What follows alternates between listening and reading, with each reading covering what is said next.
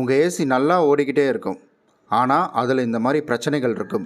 எங்கள் ஏசி வாங்கி 1 வருஷம் தாங்க ஆகுது. இத்தனைக்கும் வாரத்துக்கு ஒரு முறை அந்த ஏசியை வந்துட்டு அந்த மேலே வலை இருக்கும் பார்த்திங்களா, அந்த வலையை கழட்டி நான் க்ளீன் பண்ணுவேன் இன்டோரில். இதை கண்டிப்பாக 3 மாதத்துக்கு ஒருக்க நான் வாட்டர் சர்வீஸ் விடுவேன். இதெல்லாம் ப்ராப்பராக பண்ணியே என்ன நிலைமையில் இருக்குன்றதை பாருங்கள்.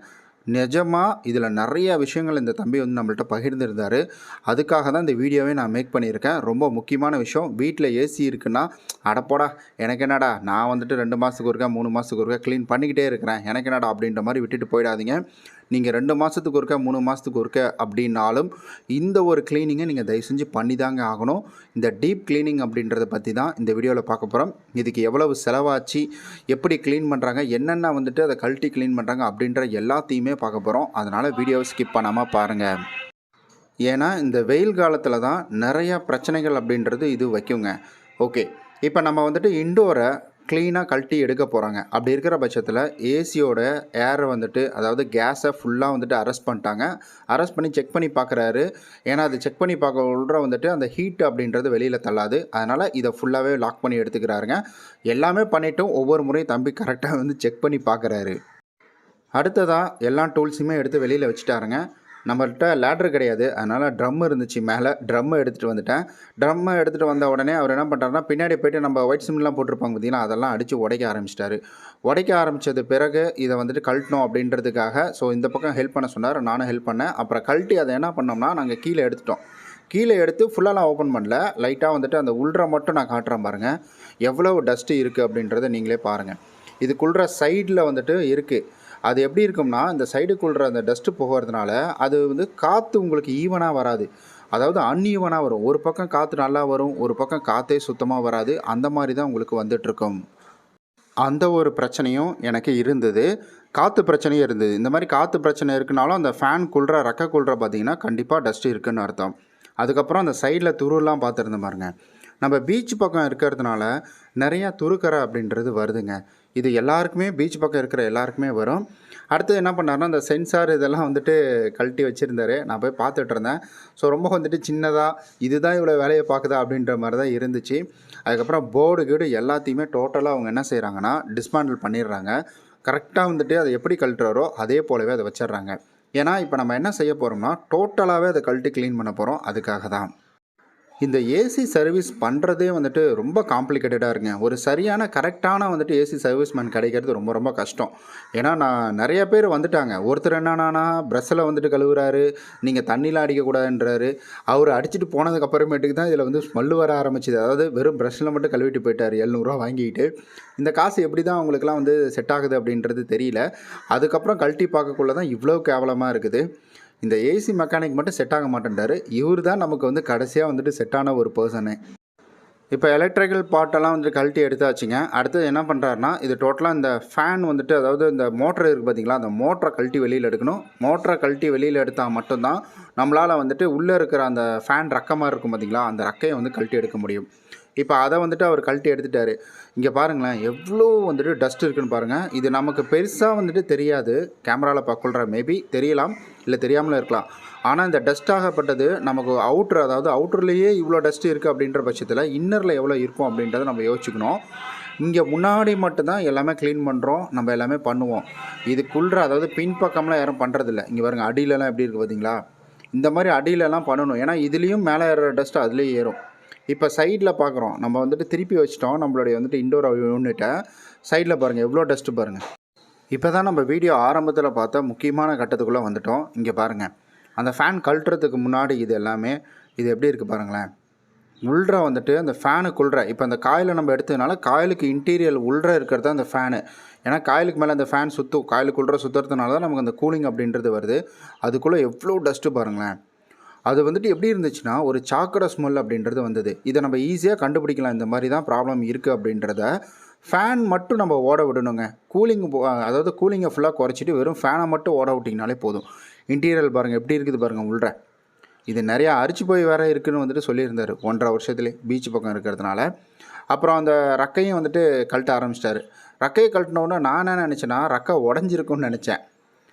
ஆனால் வந்துட்டு ரக்கை உடையலை. இந்த மோட்ரு தான் நமக்கு அவ்வளோ கூலிங் கொடுக்கறது. தள்ளி காற்றை தள்ளி தள்ளி இங்கே பாருங்கள் எப்படி இருக்குது பாருங்கள். ரொம்ப ஒரு மாரி இருந்துச்சு. இதெல்லாம் உள்ளே போச்சுன்னா நமக்கு வந்து சளி பிடிக்கும், தலைவலி வரும், ஜலதோஷம் வந்துரும். இந்த மாரி பிரச்சனைகள் எல்லாமே நமக்கு வர ஆரம்பிச்சுரும். அதனால தான் ஒரு சிலருக்குலாம் பாருங்கள், அந்த ஏசியில் இருந்தாலே வந்துட்டு அவங்களுக்கு சேராது. இப்போ இவர் என்ன பண்ணிட்டாருன்னா, இங்கே பாருங்கள், இங்கே எவ்வளோ வழுக்கு அடிக்க அடிக்க நீங்கள் கீழே பாருங்களேன். ஆனால் பரவாயில்ல, இவர் ரொம்ப நேரம் அடிச்சுக்கிட்டே இருந்தார். இங்கே பாருங்கள் கீழே எப்படி போகுது பாருங்கள்.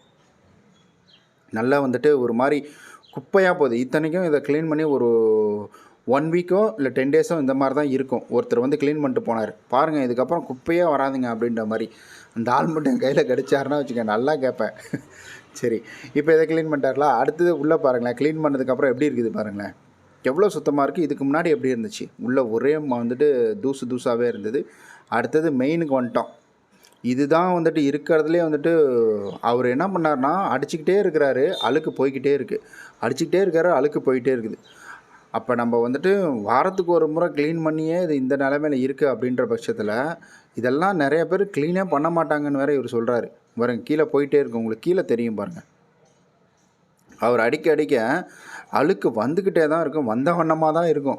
நானும் இப்போ இன்றைக்கி எனக்கே வந்துட்டு ஒரு மாதிரி ஆயிடுச்சு, அட போதும் விடுங்க அப்படின்ற மாதிரி. ஆனால் அவர் ஒரு கிட்டத்தட்ட இதுக்கு மட்டுமே ஒரு 1/4 மணி நேரம் அப்படின்றது எடுத்துக்கிட்டாருங்களேன். இங்கே பாருங்கள் எப்படி ஆயிடுச்சு பாருங்கள். இப்போ லாஸ்ட்டாக எப்படி இருக்குது பாருங்கள். இன்னும் உள்ற அடிக்கலை, இது வெளியில் பக்கம் மட்டும்தான் அடிச்சிருந்தார். இது இன்னும் உள்ற சைடு இன்னும் அடிக்கலை, இதையும் இன்னும் அடிக்கணும். 1/4 மணி நேரம் டோட்டலாக வந்துட்டு எடுத்துக்கிட்டாங்க. நம்ம வாய் வார்த்தையாக 1/4 மணி நேரன்றது சின்னது தான். ஆனால் நம்ம அதை 1/4 மணி நேரத்தில் ஏதாவது ஒரு வேலை செஞ்சால் தான் தெரியும் அது எவ்வளவு நேரம் அப்படின்றது. இப்போ ஃபுல்லாகவே இதையும் அடித்து வந்துட்டு பயங்கரமாக சுத்தம் பண்ணி க்ளீன் பண்ணார். இவர் என்ன சொல்கிறாருன்னா, நம்ம இந்த சைடு வந்து தண்ணி இது பண்ணுறோம் பார்த்திங்களா, அது அடுத்த பக்கம் வந்து போகணுமா, அதுக்கு அடுத்த பக்கம் இந்த மாதிரி டேரெக்டாக வந்து ஊற்றணுமா. ஆனால் இந்த சைடெலாம் நல்லா அடிச்சிட்டாரு. பட் இந்த சைடு வந்துட்டு அந்த மாதிரிலாம் ஊற்றலை. ஒருவேளை உங்களுக்கும் க்ளீன் பண்ண வராங்கன்னா நீங்கள் அதை நல்லா பார்த்துக்கோங்க. ஏன்னா எல்லாருமே இந்த மாதிரிலாம் வந்துட்டு க்ளீன் பண்ண மாட்டாங்க. பட் எல்லோரும் அப்படியும் கிடையாது, க்ளீன் பண்ணாமல் போகிறதும் கிடையாது. பட் இருந்தாலும் சொல்கிறேன் நான், ஒரு சிலர் இப்போ எனக்கு வந்தாங்க பார்த்தீங்களா, கடமைக்கு செஞ்சுட்டு போகிறதுக்கு, அந்த மாதிரி ஒரு வேளை வந்துட்டாங்கன்னா அதனால தான் சொல்கிறேன், ஒரு பக்கம் அடித்தா மறுபக்கம் காயிலிருந்து தண்ணி அப்படின்றது பீச்சிக்கிட்டு அடிக்கணும். அப்படி அடித்தா தான் அது ஃபுல்லாக க்ளீன் ஆகிட்டுருக்கு அப்படின்றது அர்த்தம். அடுத்து நம்ம உள்ள சாக்கடை மாதிரி இருக்குன்னு சொன்னோம் இல்லைங்களா, அந்த இண்டோரை தான் இப்போ க்ளீன் பண்ணிகிட்ருக்காரு.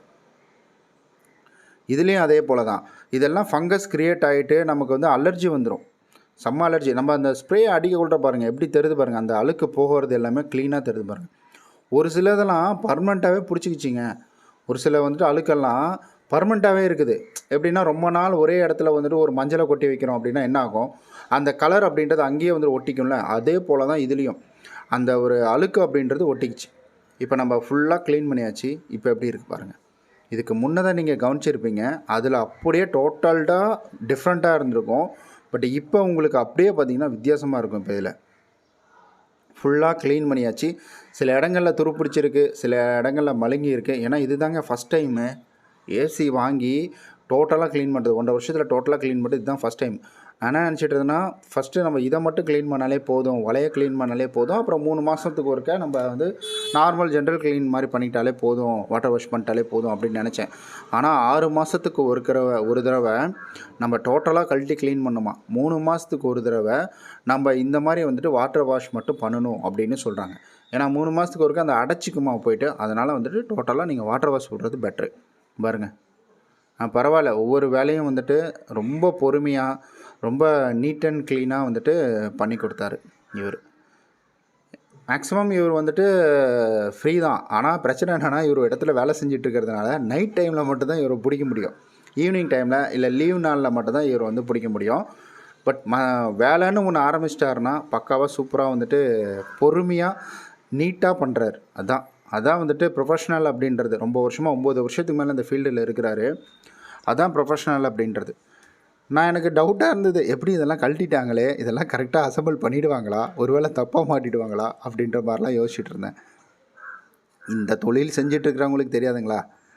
அப்புறம் ஃபேனெல்லாம் அசம்பிள் பண்ணியாச்சு. இதெல்லாம் நீட்டாக ஃபிக்ஸ் பண்ணக்குள்ளே எனக்கு எப்படி இருந்ததுன்னா, புதுசாக ஒரு ஏசி வாங்கிட்டு வந்து நம்ம வீட்டில் ஃபிக்ஸ் பண்ணுறாங்கடா அப்படின்ற மாதிரி ஒரு ஹாப்பி மூமெண்ட்டாக தாங்க இருந்தது. அதுக்கப்புறம் இதெல்லாம் செட் பண்ணி முடிச்சிட்டாங்களா, நான் என்ன நினச்சேன், நார்மலாக காற்று வரும் அப்படின்னு நினச்சேன். ஆனால் அவரும் சொன்னார், நீங்கள் பாருங்கள், இதை நீங்கள் க்ளீன் பண்ணதுக்கப்புறம் இதனுடைய கூலிங்கை நீங்களே வந்துட்டு உணர்வீங்க அப்படின்னு வந்து சொல்லியிருந்தார். புதுசு வாங்கிட்டு வந்து மாட்டி ஒரு 5-6 மாதத்துக்கு எனக்கு எப்படி இருந்ததோ அந்த உணர்வு எனக்கு இதில் இருக்குங்க. இப்போ வரைக்கும் அந்த உணர்வு வந்துட்டுருக்கு. இந்த வீடியோ எடுத்து வந்துட்டு ரொம்ப நாள் ஆச்சு. பட் இப்போ வரைக்கும் வந்துட்டு எனக்கு அந்த உணர்வு இருக்குது. கூலிங் 28, 29 இதில் தான் மெயின்டைன் பண்ணுறோம். இதில் வச்சாலே விட நடுங்க ஆரம்பிச்சிடும் பாருங்க. காற்று அவ்வளவு சூப்பராக வருது. ஒரு சின்ன ஒரு விஷயம் என்ன அப்படின்னு கேட்டிங்கன்னா, ஏசி அப்படின்றது நிறைய பேர் சொல்லுவாங்கள்ல, நம்ம கார் வாங்கிறது முக்கியம் இல்லை, காரை பராமரிக்கணும் அப்படின்ற மாதிரி. அதே போல் தான் நம்ம எந்த பொருளாக இருந்தாலும் சரிங்க, நம்மளாம் நினச்சிட்ருக்கோம் இதெல்லாம் ஆடம்பர பொருள் அப்படின்னு சொல்லிட்டு. இப்போல்லாம் அத்தியாவசியமாக மாறிக்கிட்டு வருது. எந்த பொருளாக இருந்தாலும் சரி, ஒரு மொபைலில் நீங்கள் கூட எடுத்துக்கோங்க, அதை நம்ம வந்து கரெக்டாக யூஸ் பண்ணணும். கரெக்டாக யூஸ் பண்ணல, முறையாக பராமரிக்கலை அப்படின்ற பட்சத்தில் அது ஏதாவது ஒரு பிரச்சனை வச்சிடும். நம்ம வச்சுட்ருக்கிற பைக்கு இது எல்லாமே சேர்த்து தான் நான் சொல்கிறேன். எந்த பொருளாக இருந்தாலும் அதற்குன்னு சரியான நேரங்களில் அதனுடைய வேலைகளை நம்ம செஞ்சாலே போதுமான ஒன்றுங்க. பொருள் நல்லா இருக்கும், நம்ம கூட ரொம்ப வருஷம் வந்துட்டு அது நிரந்தரமாக இருந்துகிட்ருக்கும், எந்த பிரச்சனையும் வைக்காது. ஒரு சிலர் நடக்கக்குள்ளே பார்த்துக்கலாம் அப்படின்னு விட்டுருவாங்க. அதனால் நடக்கக்குள்ள பெரிய வேலை அப்படின்றது வச்சிடும். நான் அப்பைக்கப்போ துடைச்சதுனால தான் இது இவ்வளோ, நான் அப்பைக்கப்போ துடைக்காமல் மட்டும் இதை விட்டுருந்தேன், இது மொத்தமாக சோழியை முடிச்சுட்ருக்குங்க. இதனுடைய ப்ரைஸ் டீட்டெயில் வேணும்னா கீழே கமெண்ட் பண்ணுங்கள், சொல்கிறேன். நீங்கள் சென்னைக்குள்ளே இருக்கிறீங்க, சென்னையில் சென்னை சவுத் சைடெலாம் இருக்கிறீங்க அப்படின்னா மேபி நீங்கள் வந்து கீழே கமெண்ட் பண்ணுங்கள். கண்டிப்பாக நான் இவருடைய நம்பர் அப்படின்றத ஷேர் பண்ணுறேன் நான்.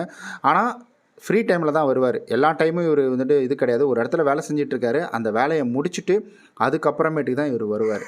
அப்புறம் நாங்கள் கேஸ் வந்துட்டு செக் பண்ணோம். சரி, ஏன்னா அது கண்டிப்பாக செக் பண்ணி ஆகணும், கேஸ் இருக்கா இல்லையா அப்படின்றத.